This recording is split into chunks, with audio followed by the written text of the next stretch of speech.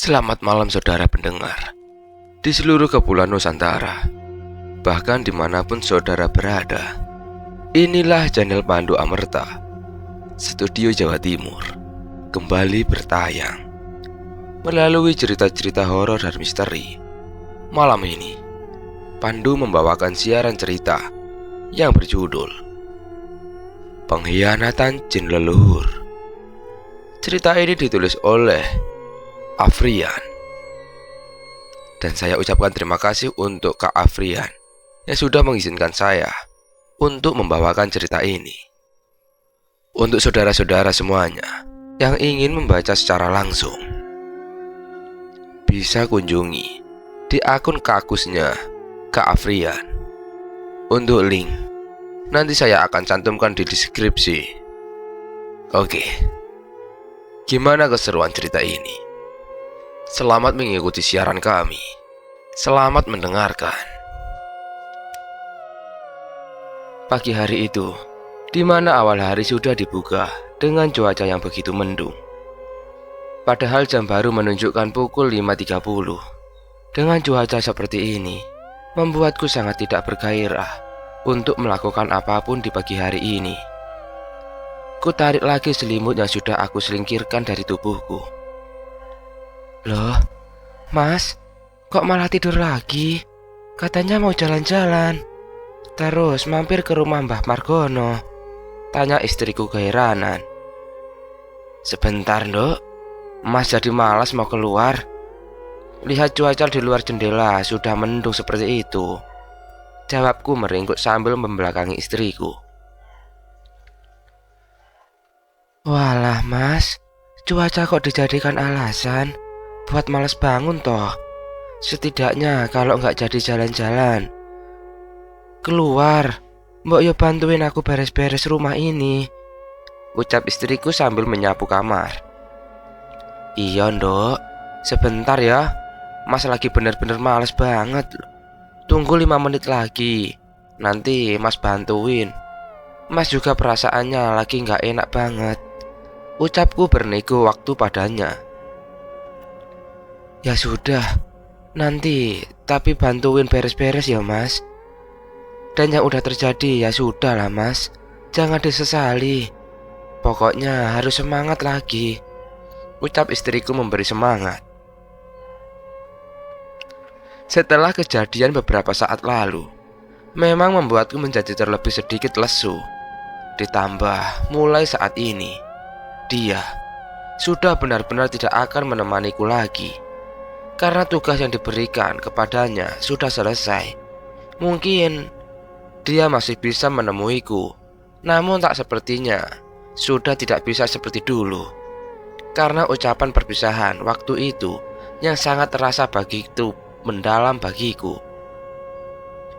Kini aku hanyalah Rian, pemuda penakut seperti di awal ceritaku yang lalu. Ya, itulah aku sekarang. Harus memulai semuanya dari awal lagi, mempelajari semua ilmu yang pernah aku rasakan dulu. Bakat itu memang masih ada, namun sekarang seolah kembali ke titik terendah, di mana aku hanya bisa merasakan kehadiran sosok, dan tidak akan ada kehadiran suatu sosok. Itu pasti ditandai dengan kepalaku yang tiba-tiba merasa pusing atau sakit. Tok tok tok. Suara ketukan pintu terdengar dari ruang tamu. Siapalah, pagi-pagi seperti ini sudah bertamu. Apa tidak merasa malas dengan suasana mendung seperti ini? Pikirku dalam hati, sambil meringkuk diselimuti tebalnya selimut. Tak lama setelah ketukan pintu itu, istriku pun membukakan pintu untuk menyambut tamu yang berkunjung itu. Tak berselang lama, pintu pun ditutup kembali, dan istriku kembali ke kamar untuk memberikan kabar. Mas, mau endang bangun toh? Istriku menyuruhku untuk segera bangkit dari kasur nyamanku. Siapa toh Nduk yang datang barusan?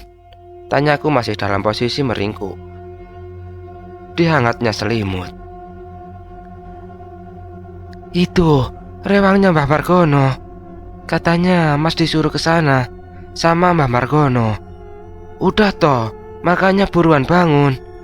Istriku memberitahu dengan sedikit kesal karena aku tidak lekas bangkit dari kasurku. Iya ya, ini aku bangun. Tumben banget Mbah Margono menyuruhku ke sana sepagi ini. Dengan terpaksa aku bangun dengan malasnya. Aku segera menuju ke kamar mandi untuk membersihkan mukaku. Dalam hati sedikit heran, karena tidak biasa-biasanya Mbah Margono menyuruhku untuk datang sepagi ini. Karena biasanya di pagi hari seperti ini, dia masih bermeditasi hingga nanti paling tidak pukul 9 baru bisa aku temui. Setelah selesai dari kamar mandi, aku pun mengganti pakaianku dengan yang lebih wangi. Biarlah belum mandi, yang penting bauku tidak mengganggu yang lain nantinya. Setelah rapi, aku langsung pergi ke rumah Mbah Margono. Kubuka gerbang rumah Mbah Margono. Terlihat sangat sepi seperti biasanya. Sama sekali tidak ada tanda-tanda ada aktivitas di dalam rumah. Sambil melihat ke sekeliling, kudekati pintu utama rumah untuk kemudian aku ketuk. Tok tok tok. Aku mengetuk tapi seperti bukan mengetuk pintu. Dan saat aku melihat ke arah pintu ternyata. Apa sih Yan? Jidat Mbah diketuk ini. Kamu pikir ini pintu? Ucap Mbah Margono, yang ternyata sudah membuka pintu tanpa kusadari. Sehingga yang ku ketuk adalah kening Mbah Margono. Ya Allah, maaf Mbah. Serius maaf. Nggak lihat aku Mbah. Lah Mbah Margono buka pintu nggak ada suaranya. Ucapku meminta maaf pada Mbah Margono. Ya udah, nggak apa-apa. Ayo buruan masuk. Aku mau mengobrol sama kamu. Ucap Mbah Margono menyuruhku masuk. Suasana rumah Mbah Margono masih sama seperti yang dulu. Lembab dan terasa ramai. Walau di rumah ini hanya ditinggali hanya dia saja. Namun aku yakin Ningrum masih ada di sini. Walau aku tidak bisa melihatnya untuk saat ini. Aku sedikit menanyakan tentang keberadaan Ningrum di sekitaran sini. Karena aku merasakan sedikit aura keberadaannya. Mbah Margono pun mengatakan dia sekarang sedang melihatku dengan senyuman baru. Aku balas senyuman walaupun aku tidak bisa melihatnya sekarang. Setelah sampai di ruang tengah, Mbah Margono menyuruhku untuk duduk. Dan dia pun memberikan beberapa nasihat mengenai apa yang terjadi padaku. Dia memintaku untuk tidak terlalu terpuruk dengan apa yang sudah terjadi di kejadian besar kala itu. Ditambah lagi dengan waktu yang berdekatan. Setelah kejadian itu, ibuku harus meninggalkanku untuk selamanya. Mbah Margono pasti sudah tahu separah apa aku terpuruk untuk saat ini. Ujian yang diberikan olehnya begitu bertubi-tubi. Dalam keadaan sedang diberi nasihat, di tengah ucapan aku memotong. Mbah, kula niki sakniki pun kiambakan. Mboten enten sinten-sinten. Bapak, ibu, sampun mboten enten. Terus sing nika. Tanpa terasa karena emosi yang sedang kurasakan, aku tidak bisa melanjutkan ucapanku. Setelah menunggu keadaanku tenang, Mbah Margono kembali melanjutkan nasihatnya. Kali ini dia sambil bertanya kepadaku, "Meh tekan kapan?" Namun aku hanya terdiam dengan kepala tertunduk. Sepisan maneh tak takon, "Meh tekan kapan, ha?" Tanya Mbah Margono yang kali ini dengan nada sedikit meninggi. Namun aku masih belum bisa menjawab pertanyaannya. Aku takut menjawab karena masih diselimuti emosi. Kenapa nggak dijawab pertanyaanku? Sekali lagi aku tanya, mau sampai kapan kamu mau seperti ini? Kali ini Mbah Margono bertanya dengan nada benar-benar marah. sambil membanting asbak ke arah meja kaca di depannya, dan otomatis membuat meja tersebut pecah berantakan. "Terus aku iki kamu anggap apa? Kamu ngomong sudah tidak punya siapa-siapa. Terus aku ini dianggap apa? Kamu udah mbah anggap cucu sendiri, Le. Terus anggap aku ini simbahmu juga. Walaupun aslinya tidak seperti itu." Dengan suara bergetar, Mbah Margono berkata, dan tanpa disadari, aku pun meneteskan air mata.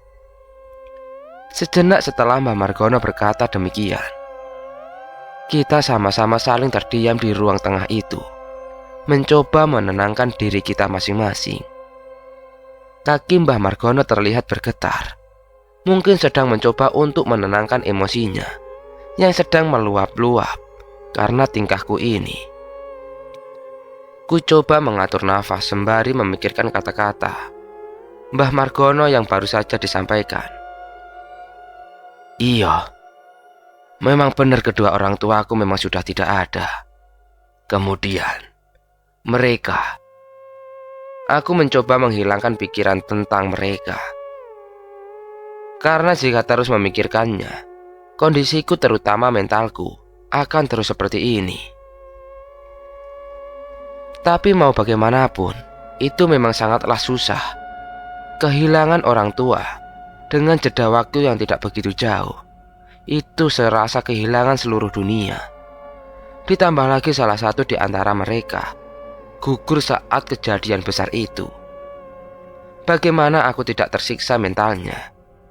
Cukup lama kami saling diam, ditemani pecahan kaca-kaca yang berserakan di lantai. Karena suasana cukup canggung untuk saat ini, aku mencoba untuk membuat suasana sedikit cair dengan meminta maaf kepada Mbah Margono. Iya, dia memang benar. Masih ada dia yang hampir setiap hari dan setiap waktu menjengukku setelah kepergian ibuku. Dan memang dia sangat perhatian kepadaku. Sudahlah, nggak usah minta maaf. Aku paham rasa yang kamu rasakan sekarang.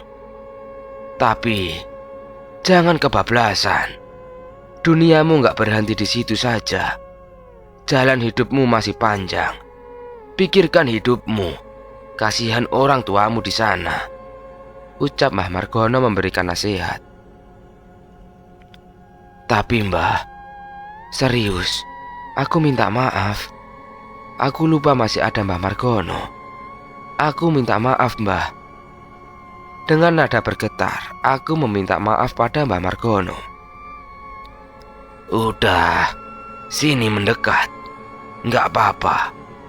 Yang sabar. Kamu harus jadi orang yang kuat. Masalah bakatmu bisa diasah lagi. Mbah Margono mencoba menenangkanku. Enggak, Mbah. Maaf. Aku sudah cukup segini saja. Aku pengen normal saja. Sudah cukup. Aku melihat orang yang dekat denganku gugur. Aku sudah tidak mau mengenal dengan hal yang seperti itu. Jawabku memberi tanggapan pada Mbah Margono. Apa enggak sayang, Toyan? Auramu itu bagus dan kuat. Sayang kalau tidak dimanfaatkan. Tapi ya aku nggak bisa memaksa. Kalau memang itu keputusanmu, Yan, jalani saja. Dengan bijaksana Mbah Margono merestui keputusanku itu. Ya, memang berat sebenarnya untuk melepas itu semua. Namun bagiku semua yang sudah aku lalui selama ini sudah cukup. Aku mau menjalani hidup normal seperti dulu. Tidak mengenal sosok-sosok aneh seperti kemarin.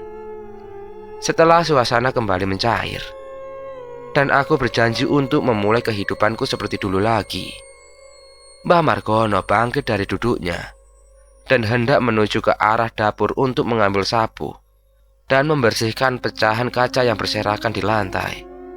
Sebenarnya aku sempat menawarkan diri supaya aku saja yang mengambil sapu dan membersihkan pecahan kaca itu. Di lain karena sopan santunku kepada Mbah Margono. Pecahan kaca itu juga disebabkan karena aku membuat Mbah Margono marah. Saat Mbah Margono mulai melangkah, ternyata ada pecahan kaca yang membuat langkah kakinya selip hingga membuat Mbah Margono terpeleset. Aduh, lah malah tadi lecet, ucap Mbah Margono tersungkur di lantai. Aku pun dengan sigap langsung membantu Mbah Margono untuk segera bangkit dari lantai. Dengan perlahan, aku mengangkat tubuh Mbah Margono untuk berdiri lagi. Pelan-pelan, Mbah. Awas, ada yang lecet atau enggak? Sambil melihat tubuhnya memastikan dia tidak apa-apa. Ya, walau sudah dipastikan tidak akan lecet sih, karena kemampuan yang dia miliki.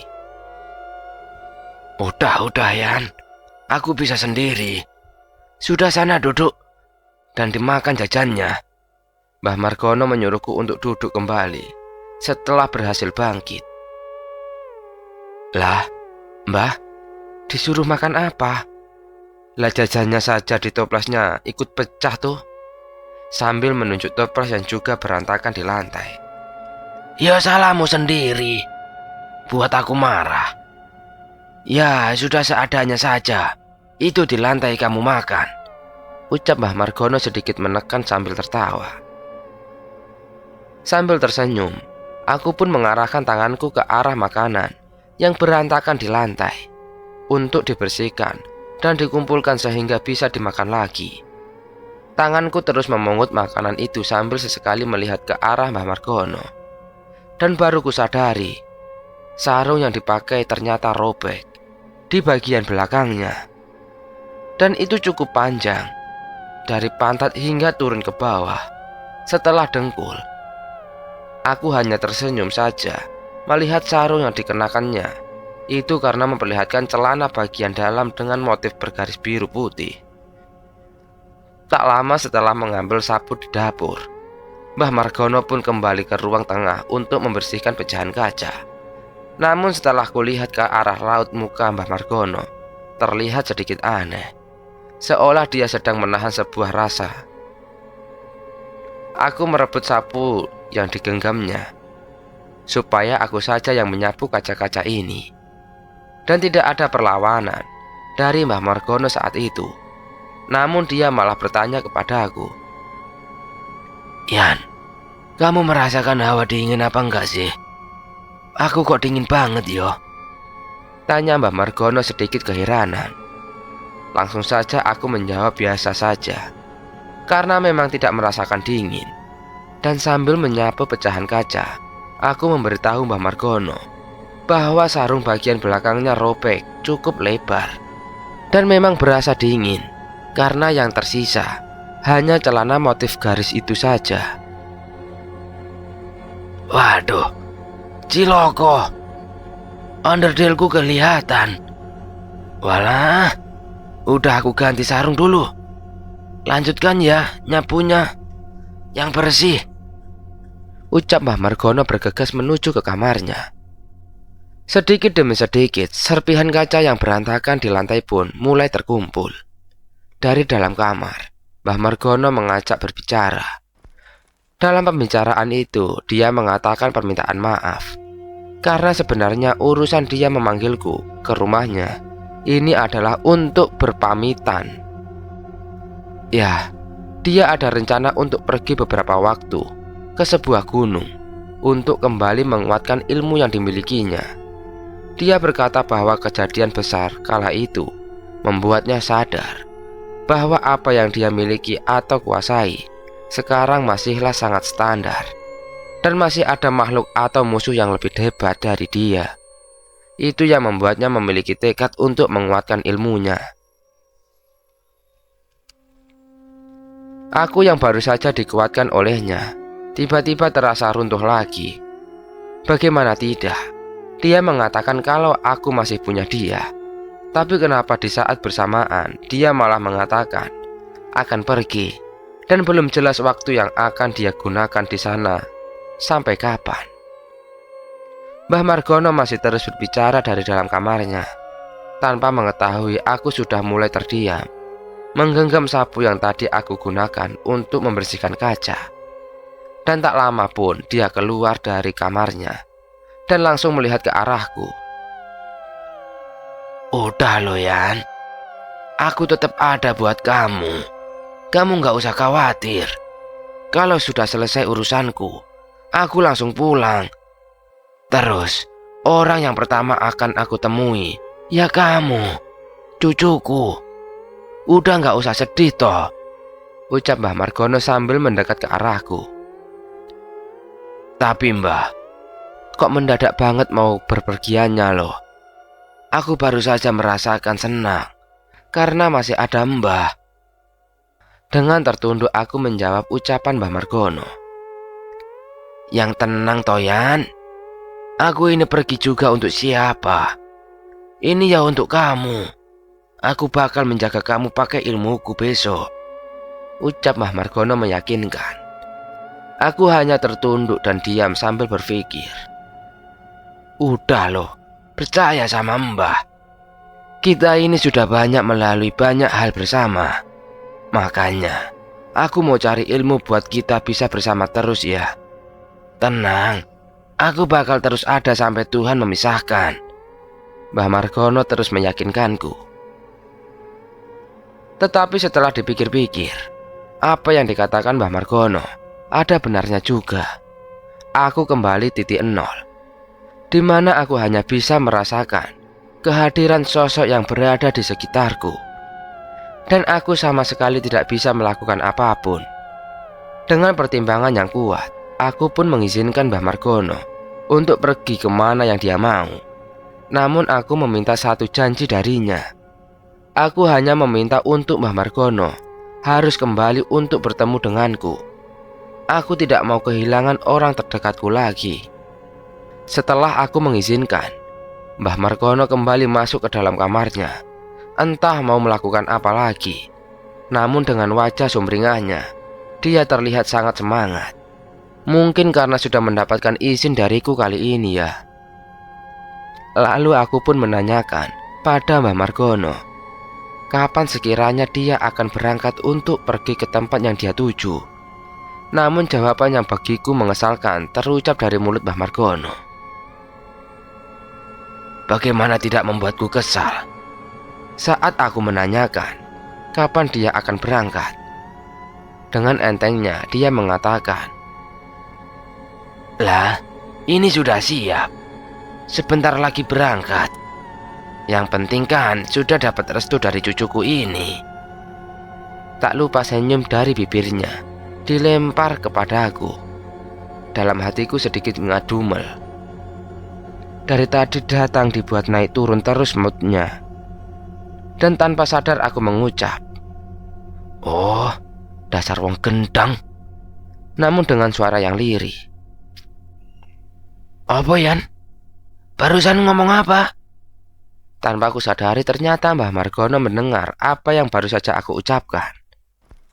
"Ah, enggak Mbah, salah dengar palingan itu. Aku hanya bilang semoga dapat gandengan biar bisa menemani Mbah Margono," ucapku ngeles. "Oh, aku kira ngatain gendeng."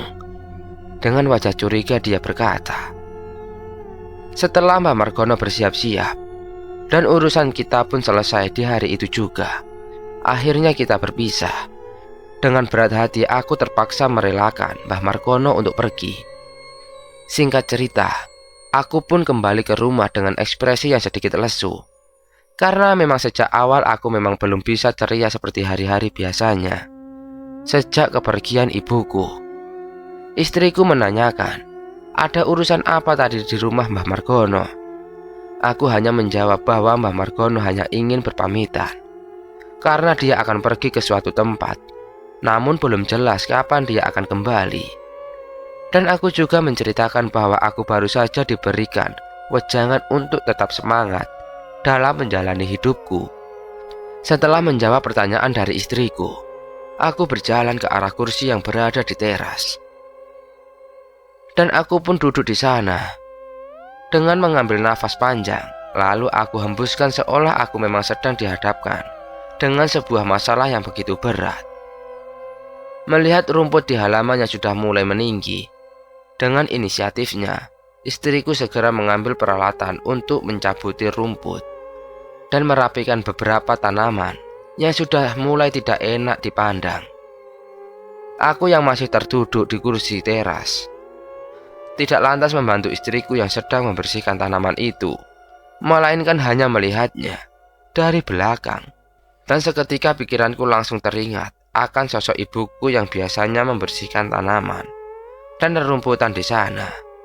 Sungguh sangat susah untuk sedikit melupakan atau merelakan bahwa ibuku ini sudah tiada. Tanpa terasa, sesuatu mulai bergerak turun di pipi kananku, dan dengan refleks cepat tangan kananku pun mencoba meraih sesuatu yang bergerak di pipiku.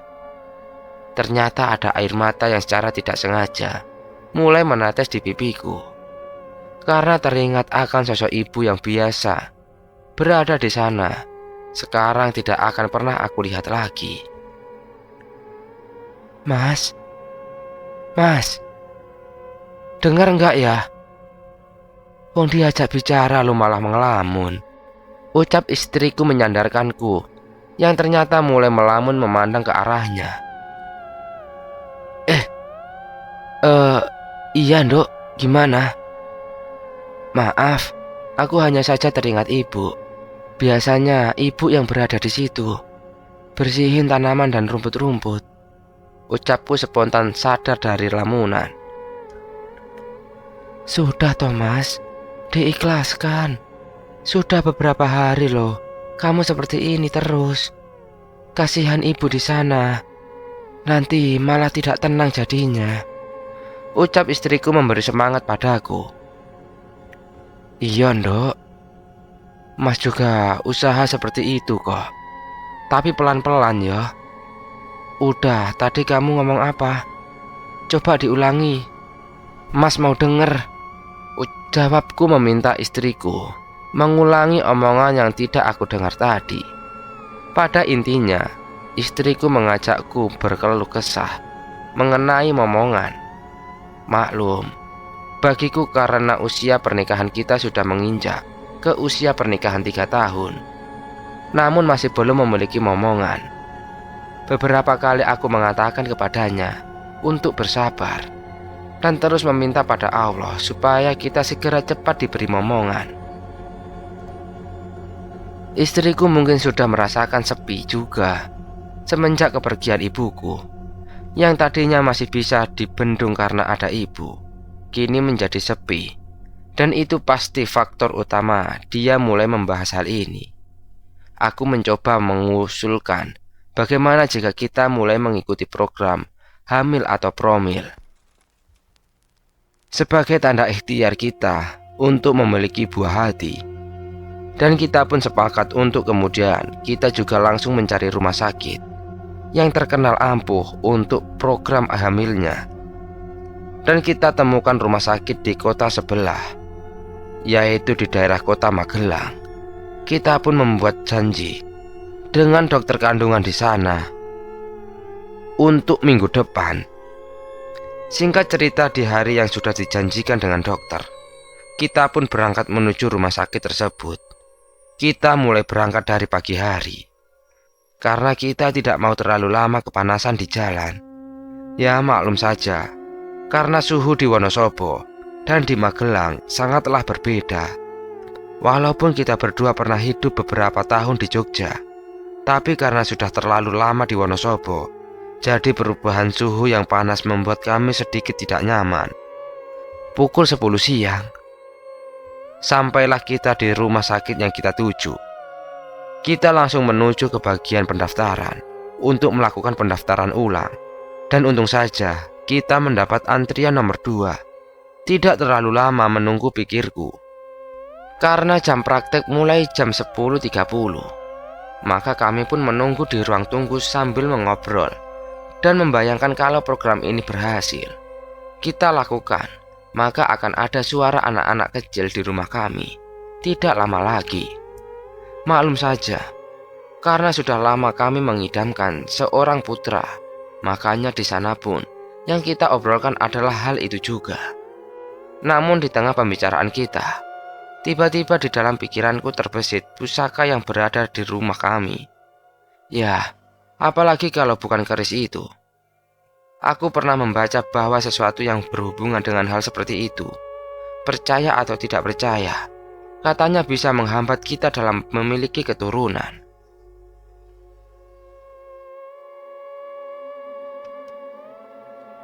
Aku sempat menyinggung soal keris itu kepada istriku. Bagaimana kalau keris itu kita titipkan kepada orang tua istriku? Maksudku ini adalah sebagai tanda ikhtiar kita juga. Bukan bermaksud menuduh keris itu adalah sumber hambatan dalam kami tidak memiliki keturunan, tapi hanya sekedar usaha saja. Toh kami juga tidak menyalahkan atau membuang keris itu. Hanya akan kita pindahkan saja. Dan istriku menyetujui hal itu. Sebenarnya sedikit sayang harus memindahkan keris itu, tapi bagaimanapun kita harus mencoba segala cara. Andaikan ada yang menyalahkan keris itu, tapi bagaimana cara menjelaskan kenapa keris itu tidak menjadi penghambat orang tuaku untuk memiliki momongan, padahal keris itu sudah turun-temurun. Pasien selanjutnya, Nyonya Via, silahkan masuk. Suara lembut terdengar dari depan ruang praktek dokter. Setelah nama istriku dipanggil, kita pun bangkit dari kursi tunggu dan langsung menuju ke ruang praktek dokter tersebut. Dalam ruangan tersebut, kita disambut ramah oleh satu suster dan dokter yang akan memeriksa kami berdua. Singkat cerita, pemeriksaan pun selesai.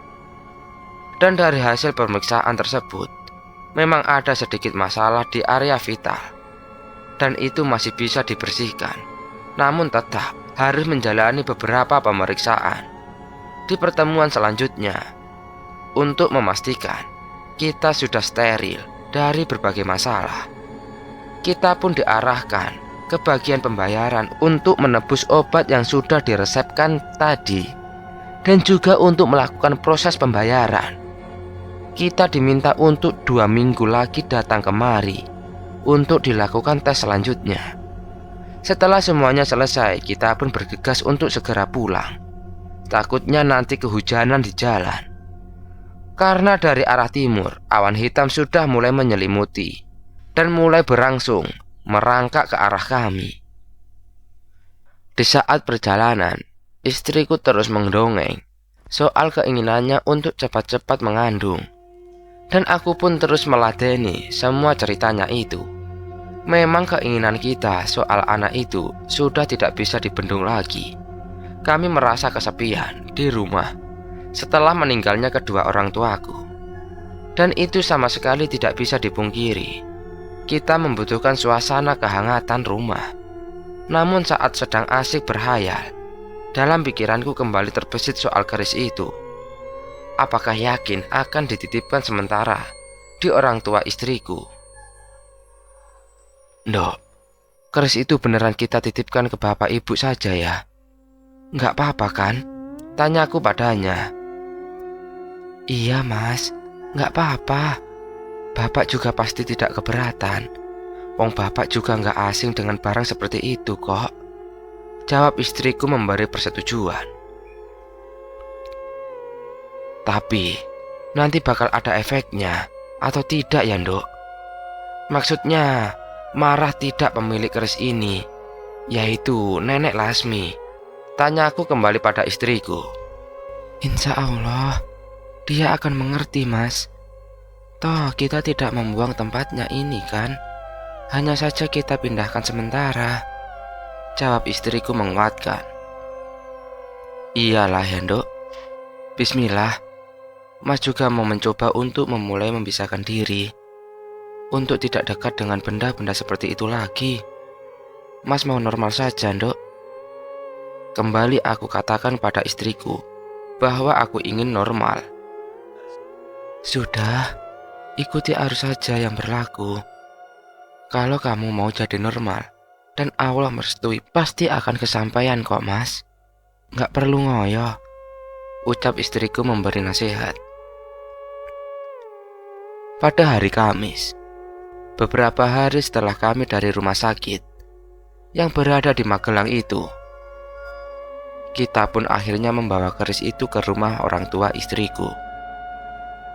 Sekalianlah kita bersilaturahmi, karena semenjak kita berikhtiar mengikuti program Promil, kita jadi jarang untuk mengunjungi orang tua istriku itu. Sampailah kita di rumah orang tua istriku, dan kebetulan ibu dari istriku sedang duduk-duduk di depan rumahnya dan sedang mengobrol dengan tetangga. Terlihat wajah terkejut dari raut mukanya, karena kami memang tidak memberi kabar bahwa kita akan berkunjung ke rumahnya. Ya Allah, kenapa kok nggak ngabari dulu toh ya? Terlanjur belum memasak loh ini. Bangkit dari duduknya ibu, menyambut kami. Alah, nggak usah repot-repot bu. Saya bawa jajan ini kok. Tadi beli di pasar pagi. Aku turun dari motor dan langsung kuraih tangannya, dan aku cium punggung tangannya. Masya Allah, Jan, lama banget nggak kesini. Ibu kira sudah lupa dengan jalan kesini. Sambil menyalamiku dan mengelus rambutku. Lah, ibu ini baru saja beberapa bulan kok. Masa udah lupa? Ya enggak lah. Istriku menjawab perkataan ibunya dan bergantian menyalaminya. Udah, ayo masuk. Itu bapak ada dudakan. Masih ngerokok palingan di dapur. Sambil melangkah masuk dan mengajak kami juga. Mari bu, mampir ke dalam, ucapku dan istriku kepada tetangga ibu yang terpaksa ditinggal karena kedatangan kami. Kita pun akhirnya masuk dalam rumah dan langsung menemui bapak yang ternyata masih dengan santainya merokok di depan tunggu perapian sambil bertelanjang dada. Tidak jauh dengan ekspresi ibu, bapak juga terlihat sangat terkejut dengan kehadiran kami yang tiba-tiba.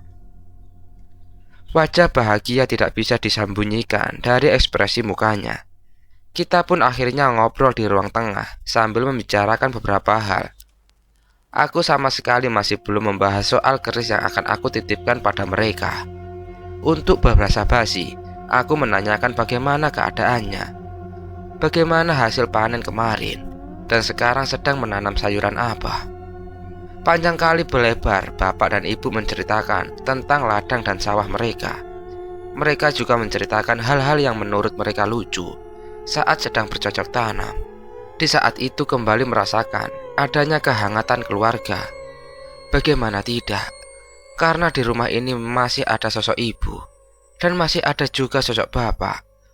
Aku mencoba untuk tidak kembali terlarut dalam kesedihan, dan aku coba untuk menikmati ini. Aku bertekad setiap minggu kita harus kemari, dan kalau bisa sesering mungkin kita harus kemari. Aku tidak mau mereka kesepian. Setelah beberapa waktu kita mengobrol ke sana kemari, aku pun mulai masuk untuk menjelaskan maksud kedatangan kami kemari. Di lain untuk mencoba menitipkan keris yang sudah aku bawa, kami juga meminta doa restu akan ikhtiar yang sedang kami jalani. Bapak sempat terkejut mengenai keris yang akan aku titipkan. Dia mengatakan, apakah yakin mau dititipkan? Sebenarnya bapak tidak keberatan apabila keris ini dititipkan di sini. Tapi mungkin bapak bisa melihat aku masih sedikit ragu untuk menitipkan keris ini. Tapi pikirku, demi keberhasilan ikhtiar kita, aku mencoba yakin akan tetap menitipkan keris ini sementara di sini. Ini beneran, Le? Keris ini mau kamu titipkan di sini? Tanya bapak untuk kedua kalinya. Iya, Pak. Betul. Keris ini mau saya titipkan sama bapak. Sementara saja. Ya, hitung-hitung ini tanda ikhtiar saya, Pak. Jawabku dengan mantap. Menurut bapak, nggak usah, Le. Keris itu nggak ada hubungannya dengan kamu punya keturunan atau belum. Karena Allah yang jamin itu. Itu hanya masalah waktu Allah merestui. Lagian, Keris itu yang menjaga rumah kan? Biarkan saja di sana. Nurut saja dengan omongan simbahmu dulu. Kerisnya tidak usah diapa-apakan, jawab bapakku menjelaskan.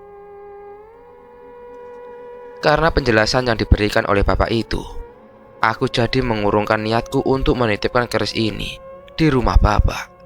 Dan selanjutnya kita mengobrol seperti biasa, melepas kangen kepada mereka dan saling bercanda tawa di sana.